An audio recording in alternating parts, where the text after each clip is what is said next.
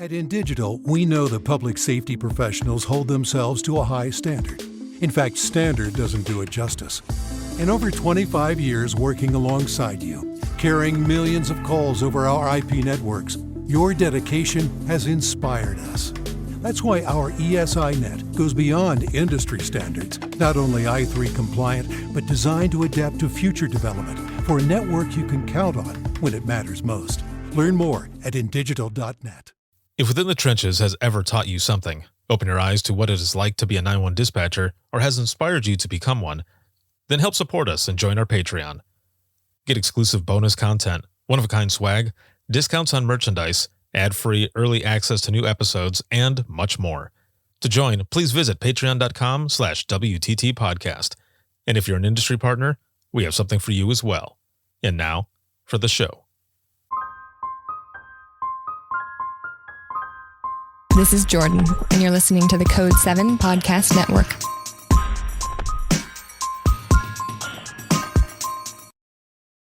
Warning.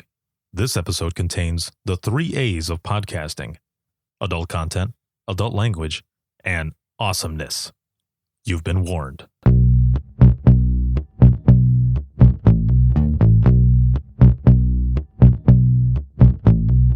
Welcome to Within the Trenches, true stories from the 911 dispatchers who live them.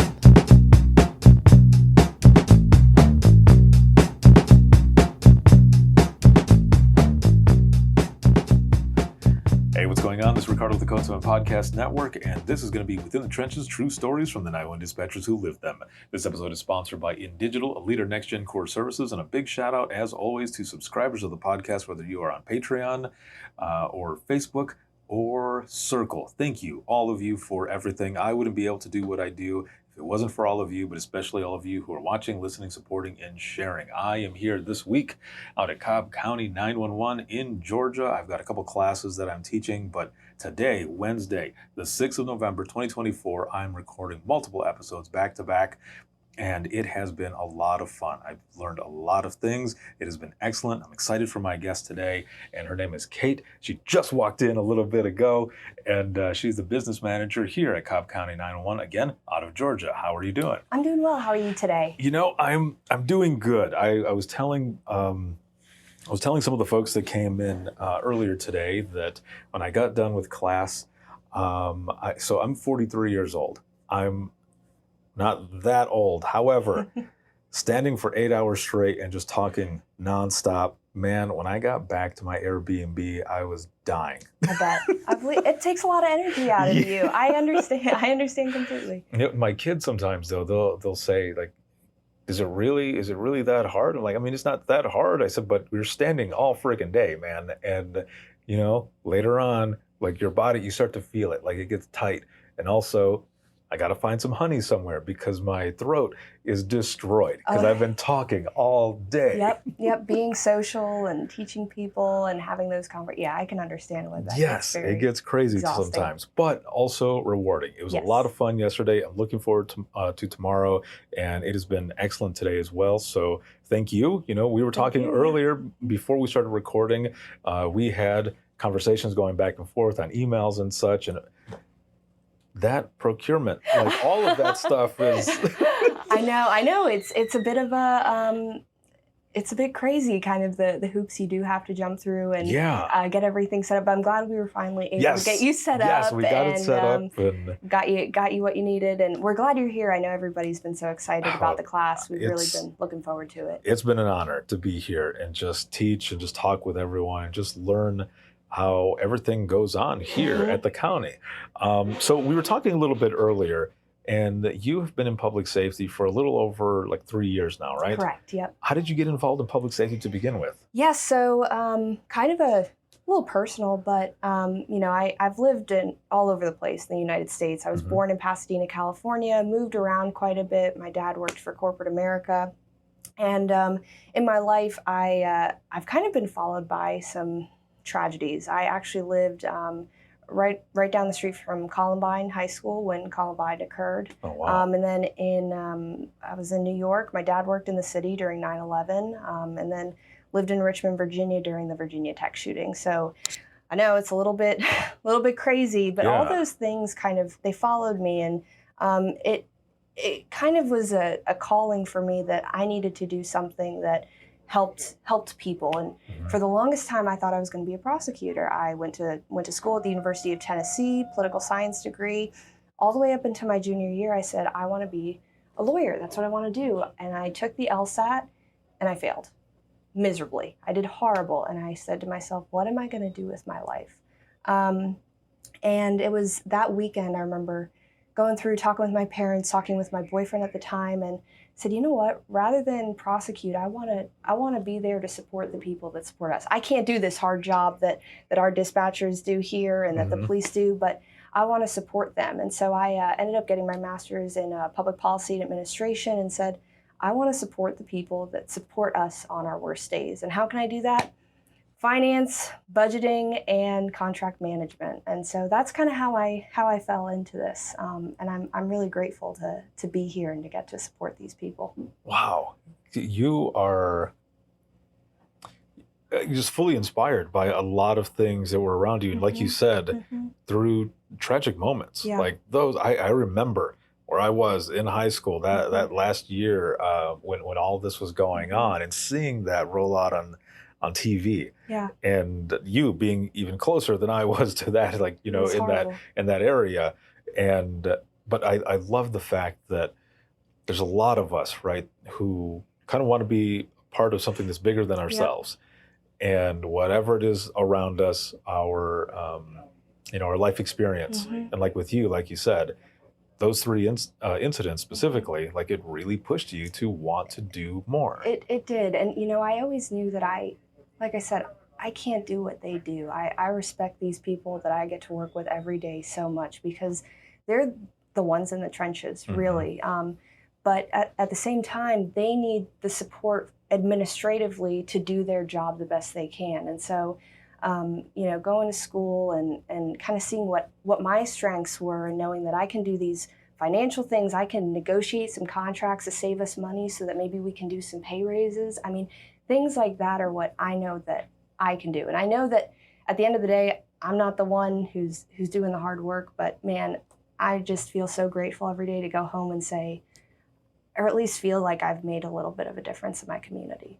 See, I love that as well, because there's a lot of folks out there who just be like, I'm here, just I got to do what I got to do, right? I got to make that money, I got to pay the bills or whichever, and that's fine. There's nothing against Absolutely that, not. right? However, when you have more of a mission like that, like just like you said, if there's some way that you can find to save some money somewhere, or working on the budget or whatever, to be able to provide raises, that relieves some form of stress in a profession that is all stress. It is. That can be all stress.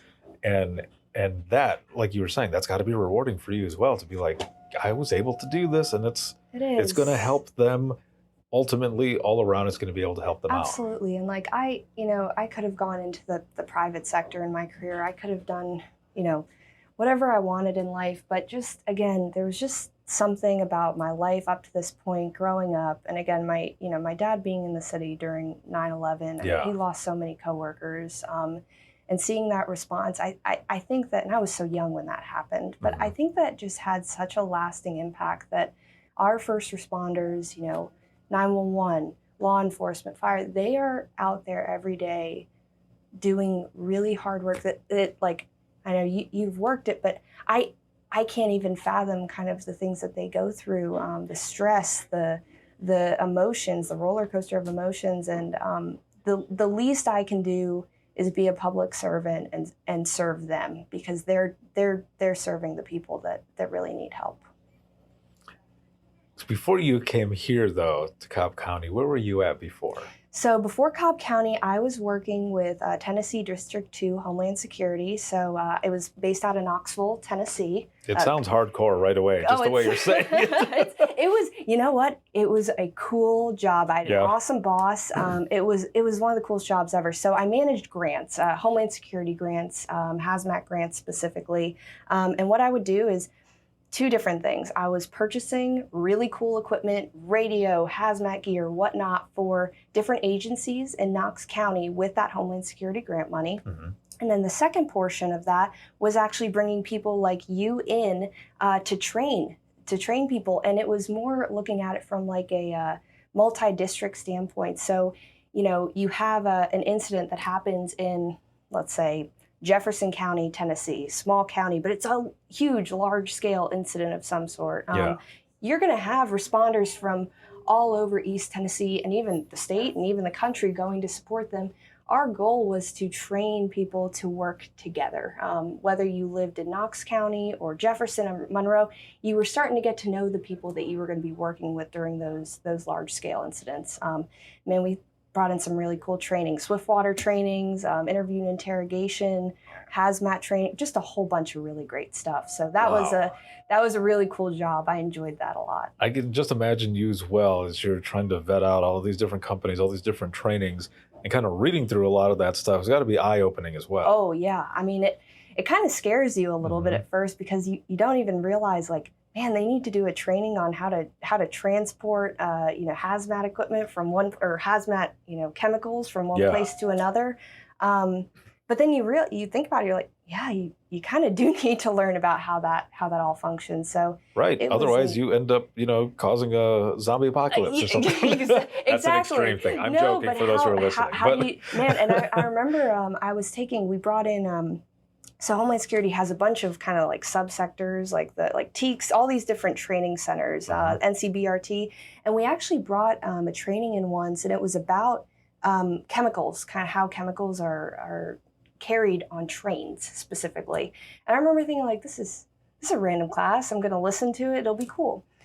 I got to listen. Actually, it was a 911 call that we listened to. And it was horrible. This happened, I believe, if I'm remembering correctly, the incident was in South Carolina. Mm-hmm. And a chlorine was being brought across the tracks, and there was a really bad accident. The train and the chlorine engulfed this area, and it was right near this big warehouse facility. And that was one of the most horrible 911 calls I've heard, because gentleman passed, 9 people died because of chlorine poisoning. They couldn't breathe, and you had to hear the 911 call where the gentleman was saying, please, let my family, I love them, and unfortunately he did pass away. And that was actually one of the first times I really thought about too the impact that our 911 dispatchers have on a response, and you don't think about it, but that training was teaching everyone in that room, law enforcement, fire, 911 personnel, how to respond to a situation like that. Because in Knoxville, there's train tracks everywhere. How do you respond if a chlorine truck does kind of go off the rails? Right.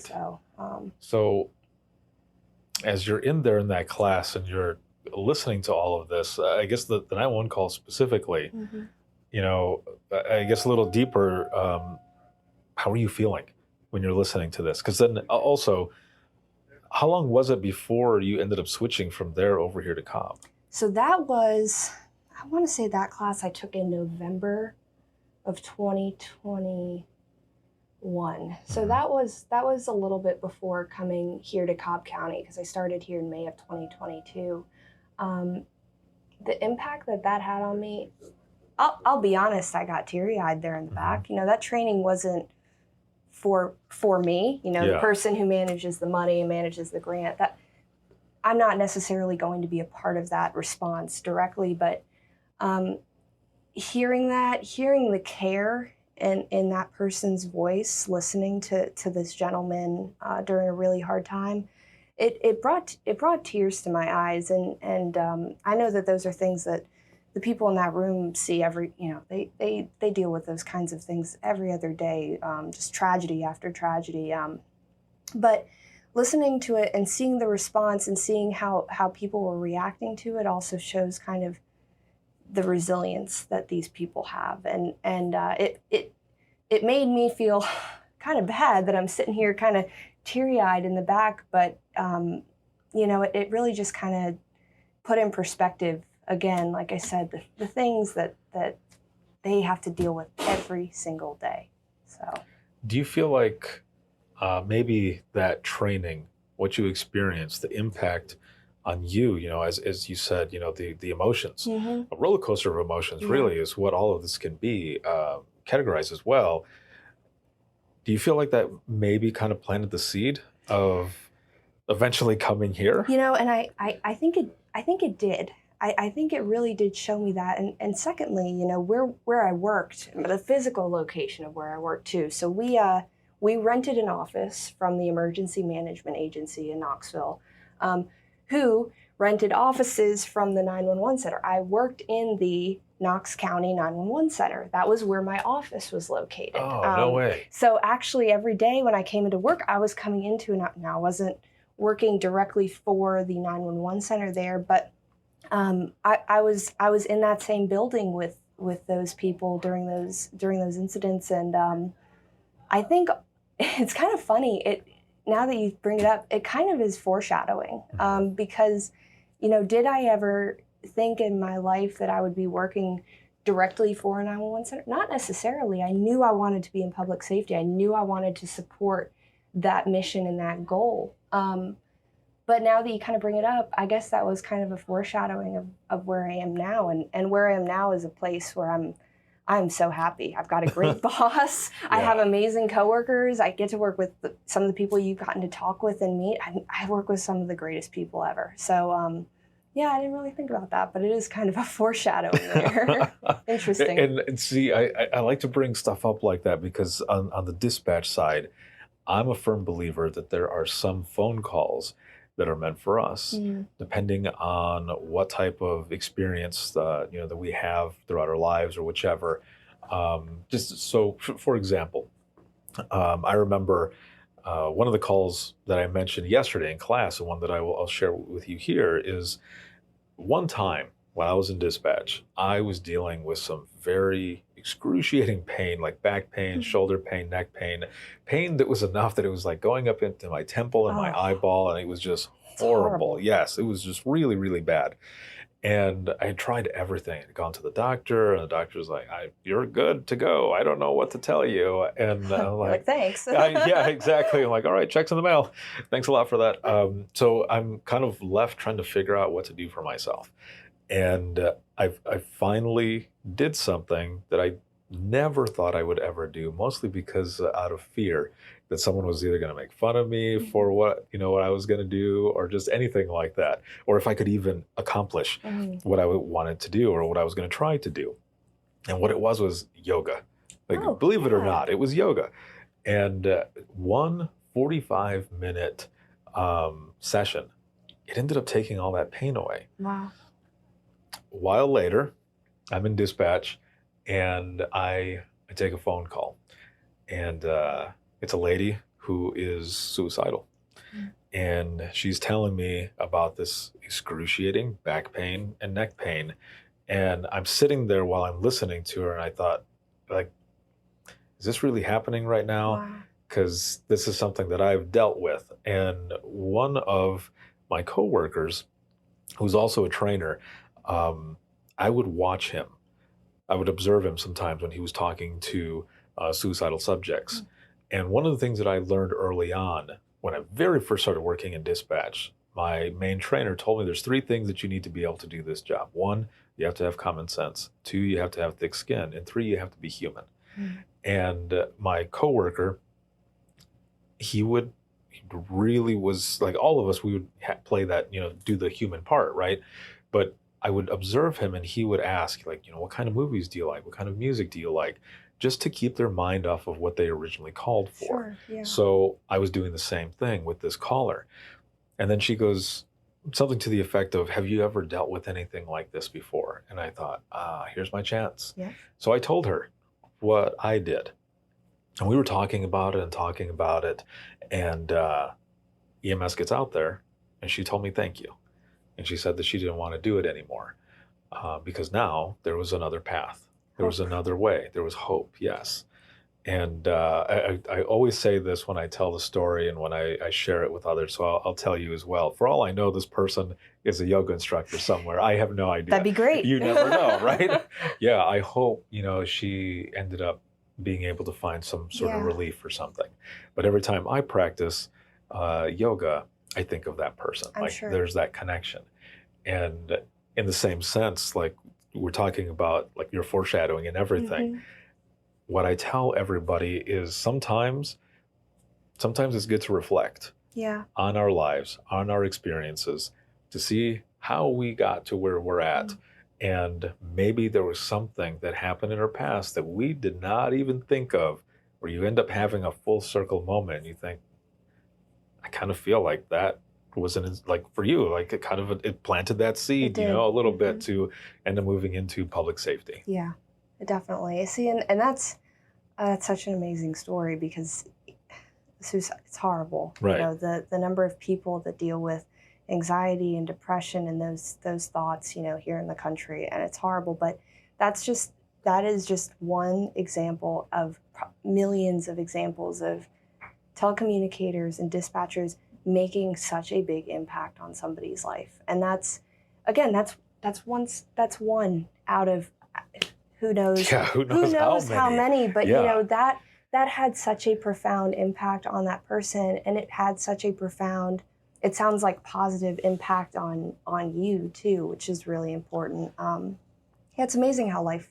kind of works that way. Right? Yeah, It is very interesting. and you're right, though. Yoga is very good for you, mind, body, and soul. I did it all through college, and man, it is a great thing to do.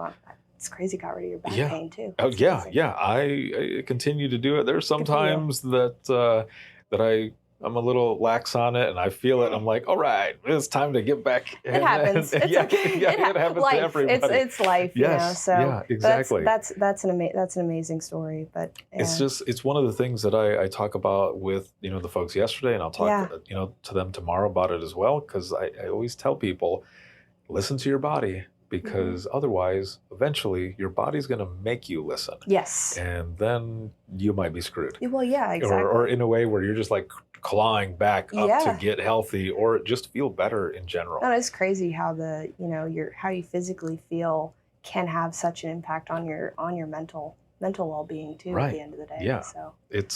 And like we were saying already, this profession has enough stress as it is.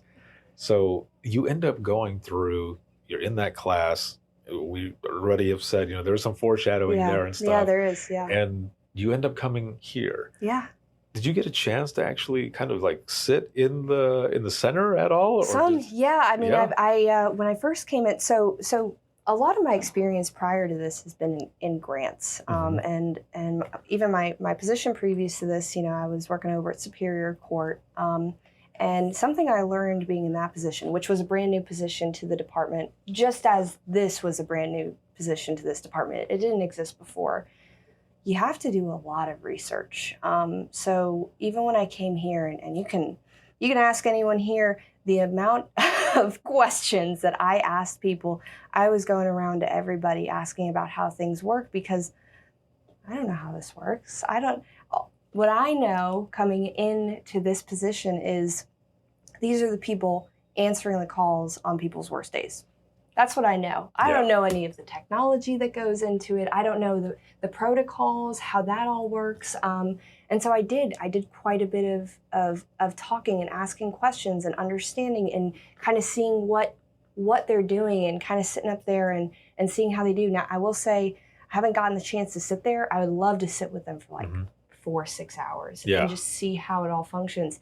But I will say, we had our CAD went down temporarily. This was January. In January, it went down temporarily.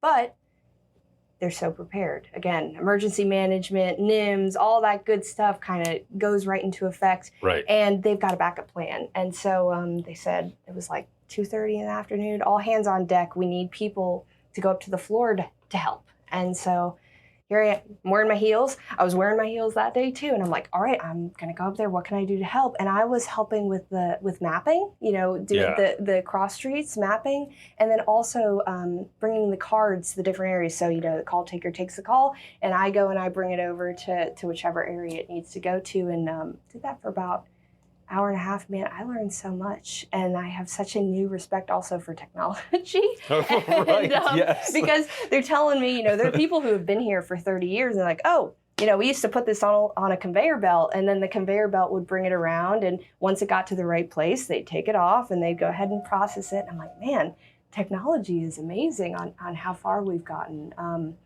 So yeah, I've gotten a chance to kind of hang out with them some, and again, what they do is. Are you sure you don't want to be a dispatcher or a call taker? I couldn't do it. I could not do it, and I'll tell you why. It's because I would get too emotionally invested. Mm-hmm. I don't think that I could take it really is just trauma after trauma after trauma. When I was with Homeland Security, I went to a lot of trainings and had to see a lot of videos that were disturbing.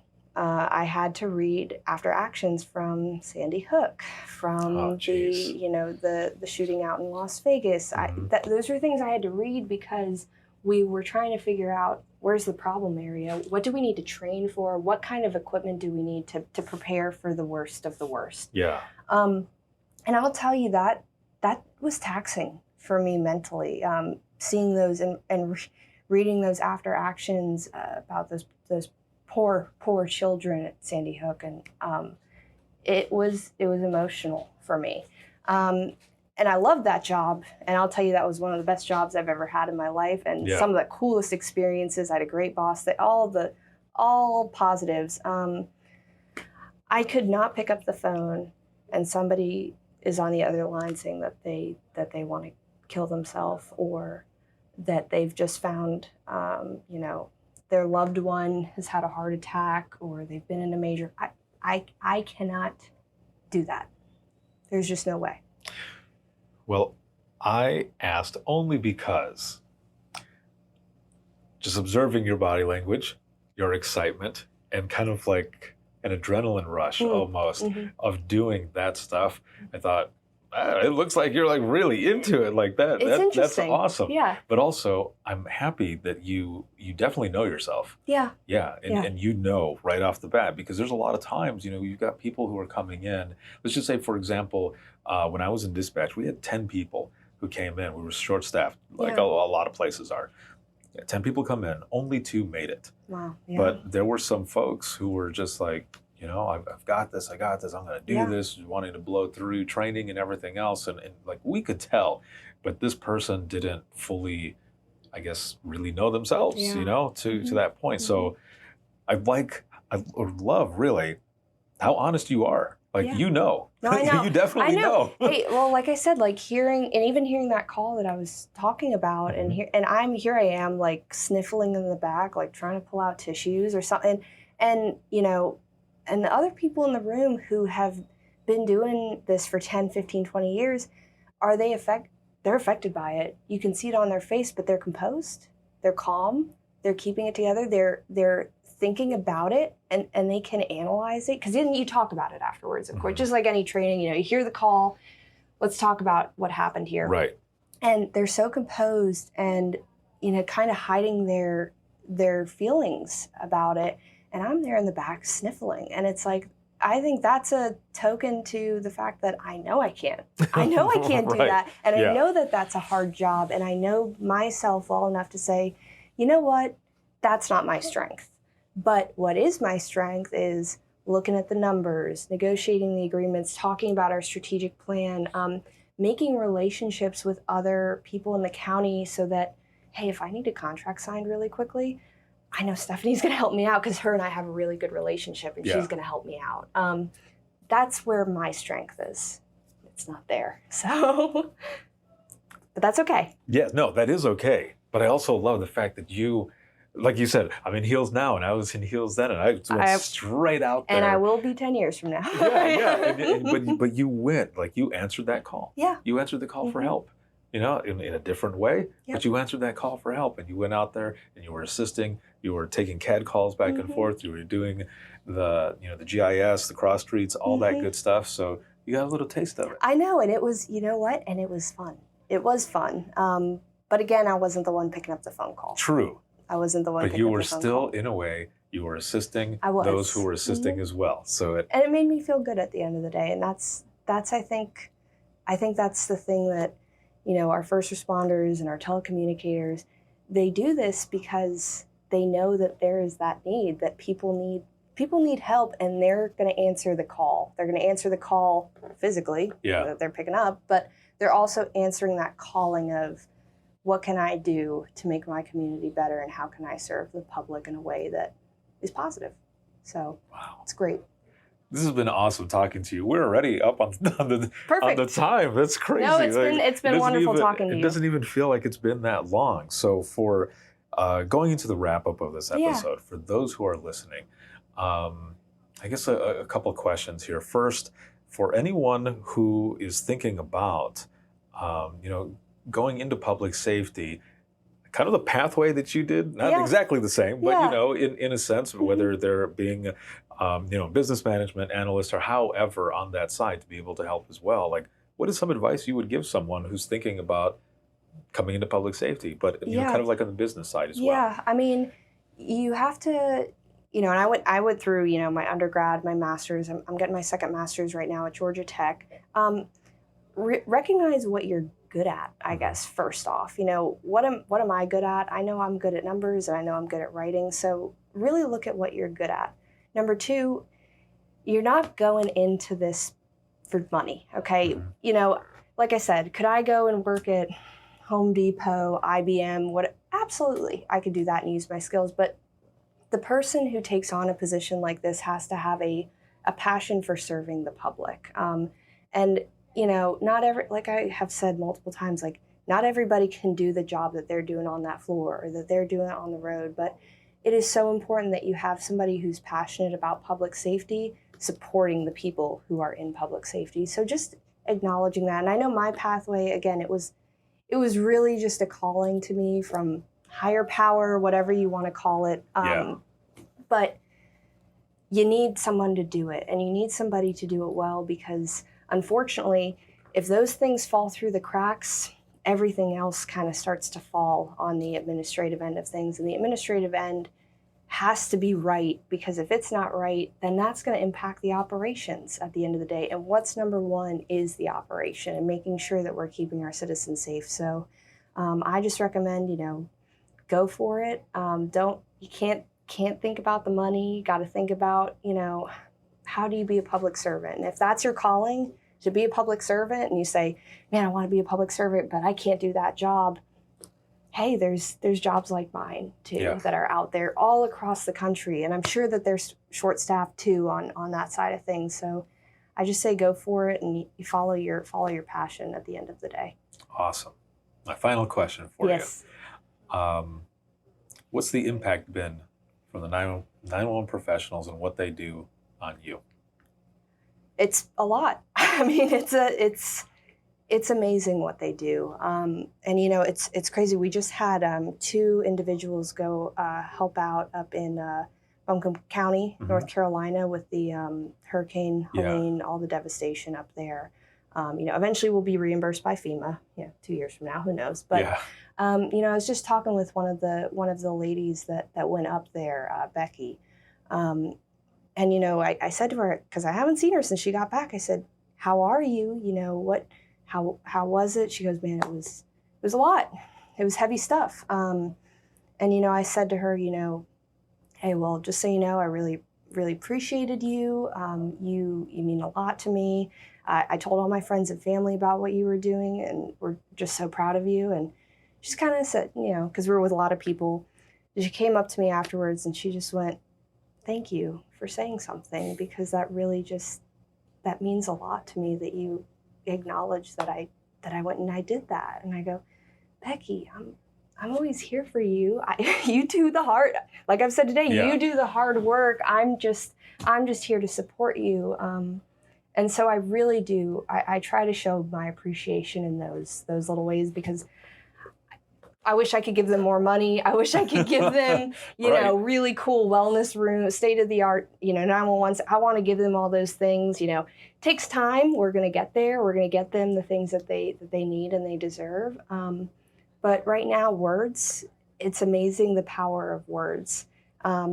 Also, I make cookies for them sometimes. Oh, And that's good another too. way I try Yeah. to show my appreciation. So, I mean, man, I'm just so grateful to work with these people. It's really, I feel good going home at the end of the day, laying down and saying, you know what, not making a direct difference, but shoot, I'm helping the people that are.